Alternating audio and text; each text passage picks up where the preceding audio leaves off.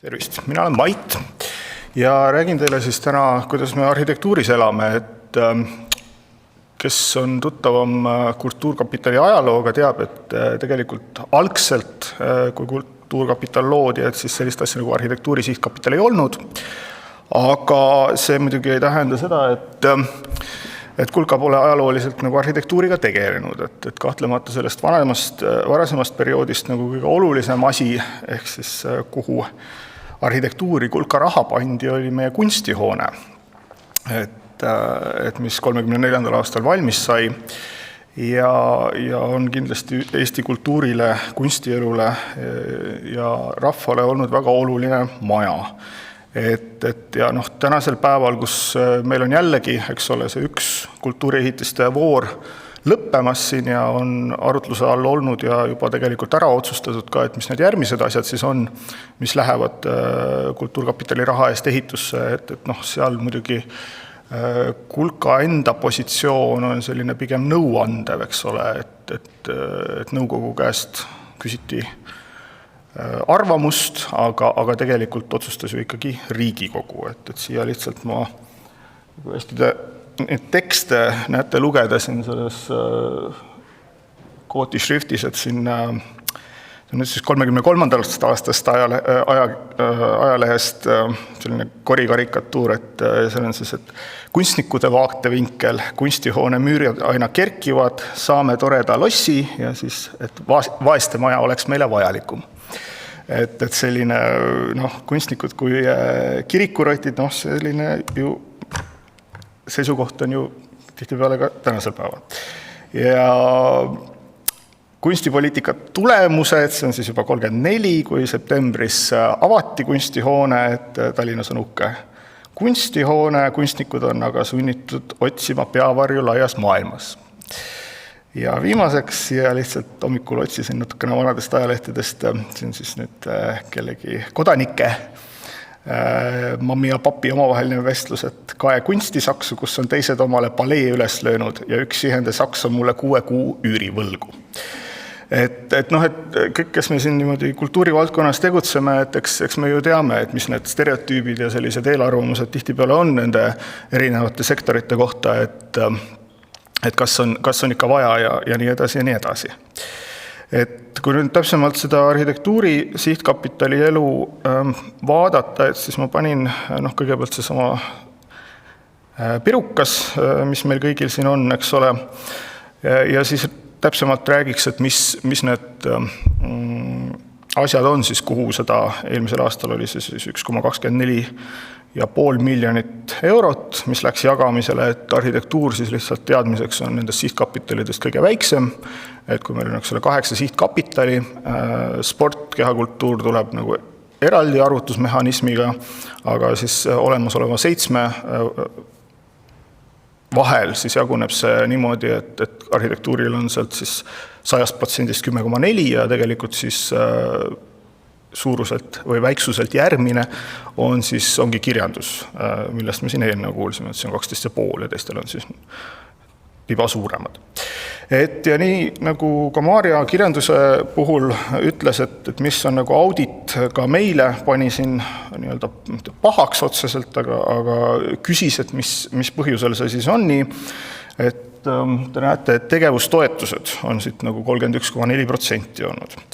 Et kuhu need organisatsioonid, mis põhiliselt saavad, sellest ma kohe näitan teile täpsemalt, edasi siis on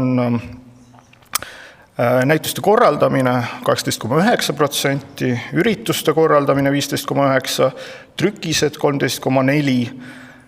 konkursid 8,6% ja siis teised on juba siin nagu pisikesemad numbrid, et siin on õpingud,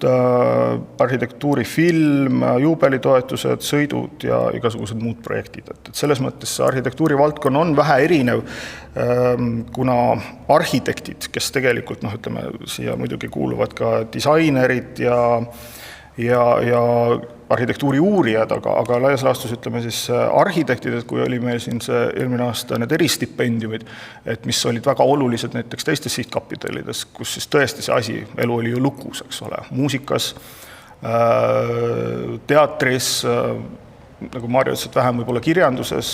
et meil tegelikult neid otseselt vaja ei olnud. Et meil oli neid taotlusi väga vähe, millest me rahuldasime siis paar üksikut ainult. Et arhitekt ikkagi tänapäeval põhimõtteliselt on ju iseenda tööandja, töötab tavaliselt kuskil büroos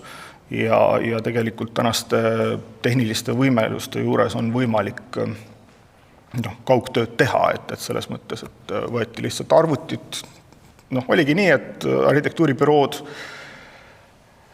lihtsalt pakkisid oma arvutit kokku, igaleks läks kas koju või suvilasse ja tegi sealt tööd, et selles mõttes see kaugtöö variant on täitsa olemas ja praegu võimalik.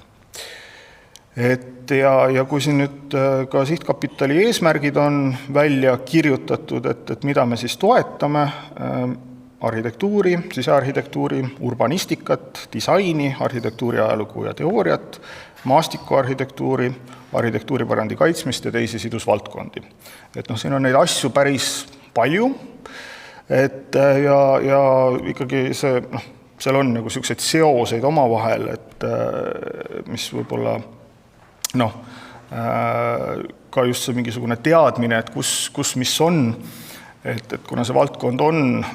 võrdlemisi väiksem või need inimeste hulgad on väiksemad kui teistes valdkondades, et siis teatakse tegelikult suhteliselt hästi, et mis nagu toimub. Kui nüüd lahti võtta need protsendid sealt, et mis sealt siis kuskile läheb, et need tegevustoetused. Tegevustoetused on siis meil võimalik sihtkapitali reeglite järgi taotleda loomeliitudel. Et teiste asutuste puhul on tegemist siis projektitoetustega, aga siin nad siis ongi niimoodi suuruse järjekorras, ma enam-vähem üritasin neid siia panna, et meie valdkonnas siis põhimõtteliselt on 4 loomeliitu, Eesti Arhitektide Liit, kes on kõige suurem, mul on kuskil eelmise aasta lõpunumbrid umbkaudu, et Arhitektide Liidus on circa üle 400 liikme, siis on Sisearhitektide Liit, seal on kuskil 215, midagi sinna kanti, 218 oli eelmise aasta lõpus. Eesti Maastikuarhitektide Liit, mis on kõige väiksem, kuskil seal 80 juures, ja Eesti Disainerite Liit oli eelmine aasta 161 liiget. Et selle järgi siis neil on võimalik taotleda, aasta viimases voorus, 4. voorus siis järgneva kalendriaasta tegevustoetust, ja need on siis teatud selliste arvutuskäikudega seal läbi mängitud, et mis need mahud siis on vastavalt siis selle loomeliidu suurusele. Laiem kontekst on muidugi see, et tegelikult need kõik ju ühelt poolt nagu haldavad siis seda professionaalset elu, et Arhitektide Liit, Sisearhitektide Liit, nad annavad, väljastavad neid kutsekvalifikatsioone, mida on mingisugustel või teatud juhtudel vaja, et tegutseda, kuigi tegelikult projekteerimiseks on vaja ainult majandustegevuse registrisse sissekannet, et tegeled projekteerimisega, aga tegelikult ikkagi see kvaliteedikontroll. Et kui sa oled selle liidu liige, et siis sul on vastav haridus ja oled praktiseerinud ja teatud kvaliteediga oma niimoodi portfoolio võimalik kokku panna. Aga laiemas plaanis tegelikult need kõik 4 organisatsiooni juba tegelevad oma valdkonna elu kureerimisega, ütleme siis laias laastus. Et kõige olulisemad või mingisugused sellised sündmused, mida nad korraldavad, et seetõttu ühelt poolt see tegevustoetuste andmine, et seal on tõesti kontorikulud ja nii edasi, kuigi need on tõesti selles mõttes minimaalsed, et nad saavad ikkagi oma neid liikmeid ja neid liite seal hallata, aga samal ajal ikkagi seal tegeletakse ka ju selle professionaalse elu korraldamisega. Siis edasi siit niisugused logod siia võib-olla välja panna, et meil on, kõrgkoolid, ülikoolid, kus vastava valdkonna haridust antakse. Et kui siin oli EKA, kus antakse arhitektuuri, sisearhitektuuri haridust ja disainerid tulevad sealt, TalTechist või siis Tehnikaülikoolist tulevad ka arhitektid ja ka Tehnikakõrgkoolist tulevad arhitektid. Et see on nüüd, ütleme, väikse riigi puhul on see tõesti, jah, siin on pigem niisuguse hariduspoliitilise diskussiooni küsimus, pigem võib-olla mitte nüüd antud nagu meie ürituse raames, aga jah, et tõesti Eestis on 3 ülikooli, mis annavad arhitektuuri haridust, et tehnikakõrgkool annab, eks ole, rakendusarhitekti paberi, see on 4 aastat õpet, EKAN ja Tehnikaülikool siis 5-aastase ja siis sa tuled, eks ole, magistrikraadiga sealt välja. Et meil on, eks ole, seaduse järgi teatud ametid või haridus nagu, erialad, nagu näiteks peale arhitekti veel proviisor ja insener, ehitusinsener ja teised insenerid, et kellel on vaja siis nagu selleks, et kontrollida selle asja kvaliteeti ja need inimesed ju ka vastutavad, eks ole, nagu oma tegevuse eest. Et oleks siis ikkagi garanteeritud see magistripaber. Ja tegelikult see tehnikakõrgkoolist on siis võimalik pärast 4-aastast õpet minna kas siis Tehnikaülikooli või EKAsse lihtsustatud korras 4. kursusele teha 2 aastat juurde ja siis sa saad oma magistripabri kätte. Aga mis nüüd Kulkasse puutub, on see, et kui siin oli selles küsimus, et Kultuuriministeeriumi ja Kultuurkapitali rollid oma vahel nendes jaotamine, et jah, et arhitektuuri vaate vinklist see võib-olla puudutab ühte järgmist teemat, mis just nagu seoses ministeeriumiga, aga antud slaidi juures kindlasti märgiks ära, et ka, ütleme nii, et teadusministeeriumi roll, meie kõrgharidus, mis on teatavasti ju rämedalt alarahastatud, et mingisugused asjad, mis on seotud õppetööga, EKAst näiteks eriti, kuna seal on neid erialasid mitu, et mis jõuavad siis Kulka lauale igasuguste projektitaotlustena ja on need siis õppereisid näiteks, mis on tegelikult ikkagi väga olulised ja oluline hariduse osa, et ikkagi näha ja need tudengid ju tegelikult ise maksavad seda nagu oma osalust seal juurde või siis mingisugused projektid ülikoolidel, mida siis ei ole võimalik rahastada nende oma osakondade rahadest. Et see on nagu selline, kuidas öelda siis, hariduse edendamine on kindlasti meil olnud seal arhitektuuri sihtkapitalis oluline võimaluste piires ja ühtlasi ka näiteks stipendiumid siis välisõpinguteks, mida on võimalik taotleda, et kes populaarsemad kohad, ülikoolid, kuhu minnakse Eestist, on näiteks Aalto ülikool, eks ole, üle lahe meil siin Soomes, et kus nii arhitektid, sisearhitektid seal käivad magistripabereid tegemas või ka Inglismaal või Prantsusmaal või mõnes muus kohas. Ja ühtlasi siis veel niimoodi institutsionaalse poole pealt, et neid organisatsioone on kindlasti palju, et kelle projektid meile lauale jõuavad, aga võib-olla lihtsalt uurijate pilgu poole pealt, et Eesti kunstiteaduste ja kuraatorite ühing, mis annab välja ajakirja kunstiteaduslikke uurimusi, kus ka ikkagi need ajaloolised arhitektuuri asjad on sees ja mida me oleme toetanud. Siis näitustest, et ma panin siia ühe konkreetse lihtsalt praegu veel lahti oleva näituse, mis on Eesti Arhitektuurimuuseumis 21. novembrini, et soovitan kindlasti soojalt vaatama minna, kes pole veel jõudnud. Majad, mida me vajame, kuraator Jarmo Kauge, see on siis tähistab nüüd Arhitektuurimuuseumi 30. juubelit, mis siin aastal 1991 asutati ja see on tegelikult väga-väga suur asi, et meil on olemas selline asutus. Lisaks sellele muidugi, et meil on olemas arhitektuuri sihtkapital, mis on väga-väga suur asi. Aga lihtsalt vaadates, et kuidas see arhitektuur, et ühelt poolt see ehitatud keskkond ja kõik see on meie ümber, aga siin viimastel aastatel Euroopas näiteks on neid asutusi kinni pandud, mis on nagu arhitektuurimuuseumi olnud näiteks Leedus ja üldse see arhitektuurimuuseumite ja keskuste, mis siis ka, ütleme, seal laias laastus võib siis eristada, et on olemas arhitektuurimuuseumid, mis tegelevad selle ajaloolise mälu pärandi säilitamisega koguvad materjali, on need siis joonised, fotod, maketid ja sinna kõrvale siis panna arhitektuurikeskused, mis on meil olemas ka Eesti Arhitektuurikeskus,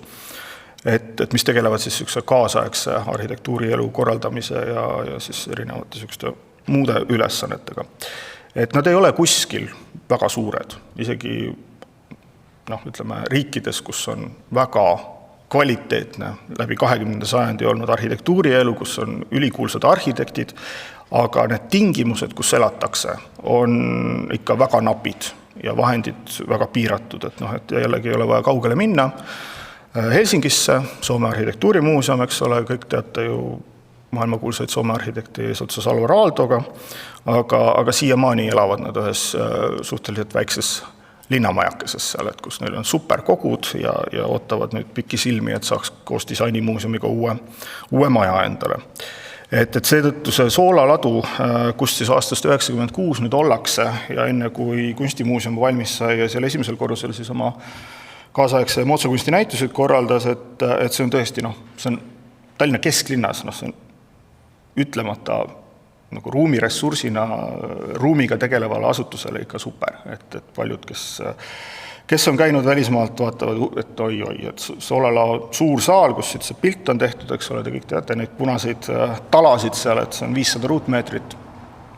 on see suur näituse saal, pluss siis teised pinnad, et see on tõesti oluline asi, aga samas endise pikaaegse 13 aastat arhitektuurimuuseumis töötanud inimesena ma ka ikkagi pean siinkohal rõhutama, et ka muuseumi jaoks on see Kulka osalus olnud väga-väga oluline aastate jooksul. Et siin ongi võib-olla see Kultuuriministeeriumi ja siis Kultuurkapitali rollide jaotus, et kui põhimõtteliselt Kulkat ei oleks, siis ma hetkel ei oska öelda, et mis nagu see, ma arvan, et see on umbes mõõtkava on sama, et ministeerium, eks ole, maksab palgad, maja, mis kuulub nüüd riigi kinnisvarale, üüri, mis kantakse lihtsalt ühelt eelarverealt teisele, ja siis tegevuskuludeks, ütleme, siis mille sisse tuleb arvutada nii fondi ostud või siis mingid restaureerimised ja nii edasi, lisaks siis näituse tegevus, et kunagi oli nii, et aastas põhimõtteliselt ühe suure saali näituse koos kataloogiga saaks teha sellest kõik. Et seetõttu see Kulka taotluste kirjutamine ja kõik see, et see on olnud muuseumile väga oluline ja ütleme, siin antud juhul on tegemist, eks ole, Kultuurkapital toetab põhiliselt, eks ole, Eesti loodud nagu kunsti ja kultuuri, et näiteks samas kui tahaks näidata midagi välismaalt, et tavaliselt on olnud need näitused siin talade peal,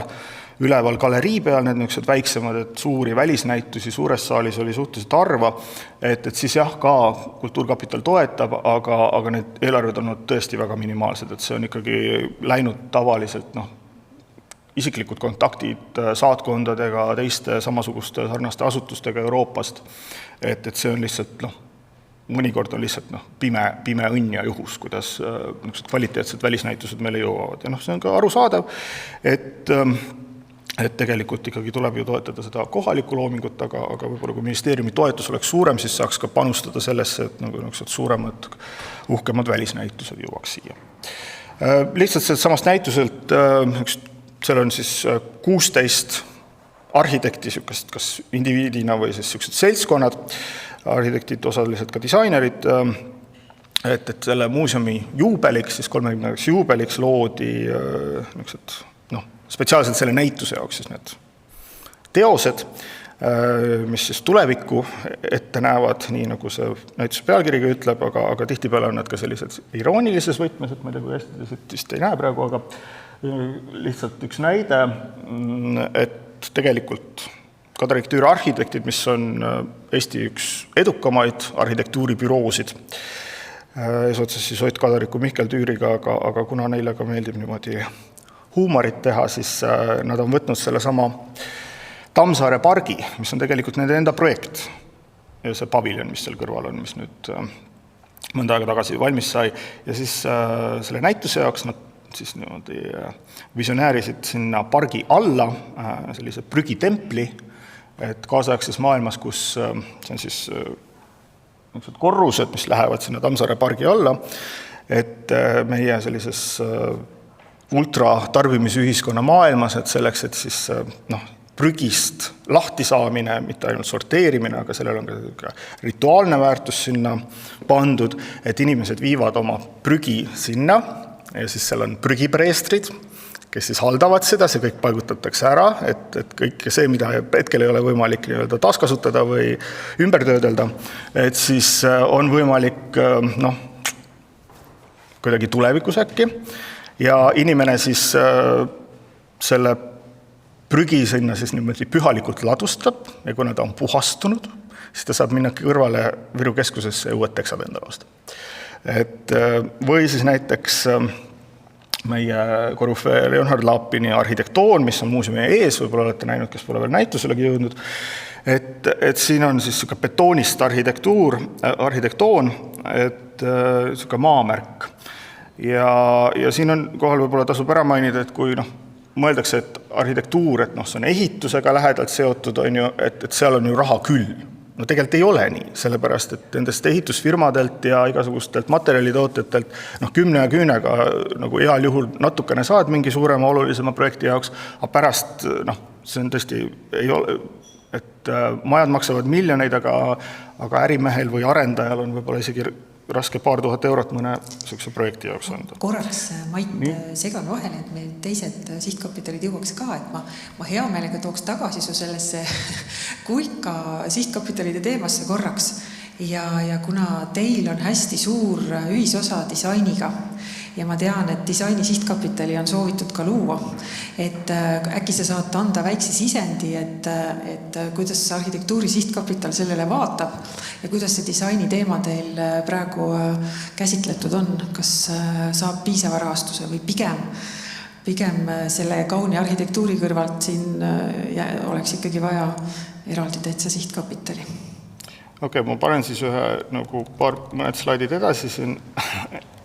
disainiööst. Ühesõnaga, siin olid vahepeal pildid ka erinevatest üritustest, et see ürituste, lisaks siis näitustele erinevate ürituste rahastamine on meil laual ikka alati olnud päris suures osas, et millest siis kõige suurem disainivaldkonna oma on siis disainiöö, et nendest, mis on nagu nõukogu lauale jõudnud arhitektuurist, on tavaliselt olnud 3 asja. Siin juba piltidena läbi käinud Tallinna arhitektuuribiennaal ja Veneetsia arhitektuuribiennaali Eesti näitus. Aga disainis siis disainiöö, mis nüüd lõppes siin paar nädalat tagasi 16. järjekorra numbris, et jah, et see disaini sihtkapitali loomine, siin on nagu see, et kuna see disaini mõiste on väga muutunud, ütleme, või et see disain hõlmab juba selliseid asju, mis tegelikult ei kuulu ei kujutava rakenduskunsti alla, ütleme siis traditsioonilised tarbekunsti asjad, mis nüüd siis on disainiks muutunud ja tavaliselt on siis arhitektuuri sihtkapitalis olnud pigem sellised nagu ruumiga või ütleme siis näiteks ka tootedisain ja mingisugused sellised nagu asjad olnud, aga meil on ka nüüd nagu täiesti uued valdkonnad, et meil on, eks ole, igasugused digitootedisainid, EKAs on 2 uut eriala seal, et mis tegelevad selle teenuse disainiga, igasugused nagu virtuaalmaailmad, kõik see värk, et see ei sobi ei mulle, aga ütleme, ei meile arhitektuurina ega Maarinile. Et seetõttu on see nagu probleem, sest et keegi ei kahtle selles, et need asjad ei oleks olulised. Aga lihtsalt, et meil on väga raske käsitleda, et kui seda arhitektuuri sihtkapitalis, kui keegi tahab mingisugust, ma ei tea, uut mingit e-Eesti süsteemi või mis iganes, mingisugust sellist asja välja mõelda või kuidagi, et see disaini sihtkapitali loomine, kas see on jälle eraldi sihtkapitali loomine on väga keeruline, see on jällegi natukene nagu selle ajakirjandusega, et kas see võiks olla mingisugune meede või midagi, kus need disainerid ei tunneks ennast nii-öelda puudutatuna vaid et aga nendega saaks teha, kuidas öelda, selle valdkonnaga tegeleda niimoodi kompaktselt või et ei ole ära jaotatud, vaid et see oleks koos ja siis oleks seal ka need disainerid, kellel on see tegelikult see pilt olemas, et mis on oluline, mida võiks toetada ja mis on loometöö ja mis tegelikult on, ütleme siis mingisugune promoüritused või mingisugune selline kommertsväljundiga asi, mis tegelikult ei peaks kuuluma Kultuurkapitali alla. Kuidas te selle peale vaatate, et meil praegu on nõukogu on loonud enda juurde 3 tõlkeprogrammi, sest need olid ka sellised teemad, filosoofia, teadustekstide tõlkimine teistesse keeltesse ja maailmaklassika kirjanduse tõlkimine eesti keelde, mida varem ei olnud, aga et nõukogu juurde luua siis teiste valdkondade selliseid programme ka, et kas see disainiprogramm võiks üks selline olla? Seal on lihtsalt see asi, et kuna, eks ole, ju sihtkapitalid tegelevad projektitoetustega, mille summad on väiksemad kui üldjuhul need, mida nõukogu ise annab, kui seal juures on programm ja keegi seda kureerib, et siis seda ju nõukogu lihtsalt kinnitab. Et siis peaks olema seal mingisugune selline, aga selleks on ka muidugi raha vaja, eks ole. See ka kuskilt ei tule. Nõukogu rahakott, et see on natuke läbi mõtlemata teema, jah, et kas see raha, mis nõukogu rahakotis on, et kas see peab seal seisma või peaks välja mõtlema mingeid programme veel. Et seda peab tulevikus arutama. Järgmised eksperdid saavad seda arutada. Aga Mait, tahaksin nüüd anda saalile veel küsimuste esitamise võimalust ja ma tean, et teil on hästi suur osa tegevustoetustel, et peaaegu 40%.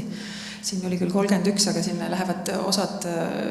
teie toetustest veel sinna alla, peaaegu 40% kõikidest arhitektuuritoetustest läheb siis tegevustoetusteks liitudele. Ma tean, et kirjanduse valdkonnal on ka tegevustoetuste osas olnud küsimusi, et ma annangi siin korraks mikrofoni Maarile, ta enne sosistas mulle, ta tahaks küsida su käest midagi. Ja kuna ma ise unustasin välja toomata selle, et üks probleem või küsimus, mis meil on olnud ka on, meil on küll ainult üks loomeliit, Eesti Kirjanike Liit, kes ka sisuliselt oma tegevuseks kirjutab kogu aeg palehigis projektitoetusi ja meile tegelikult tunduks loogiline, et selline loomeliit on Kultuuriministeeriumi all otse ja et need tegevustoetused lähevad otse, et see peaks olema otseselt nagu Kultuurkapitali teema, et kuidas teile tundub? Ma olen selles mõttes nõus, et need on ikkagi ju ministeeriumi lehel on ju väljas need, kas need on 16 vist või palju neid? 17, eks ole, neid tunnustatud loomeliite. Ministeerium annab, eks ole, siis vastavalt inimeste arvule, liikmete arvule seda loometoetuseks, eks ole, mida siis iga loomeliit vastavalt oma äranägemisele jagab. Aga jah, et need, ütleme siis kontoritöötajate palgad, üürid, ütleme siis elektri- ja interneti arved, sõna otseses mõttes,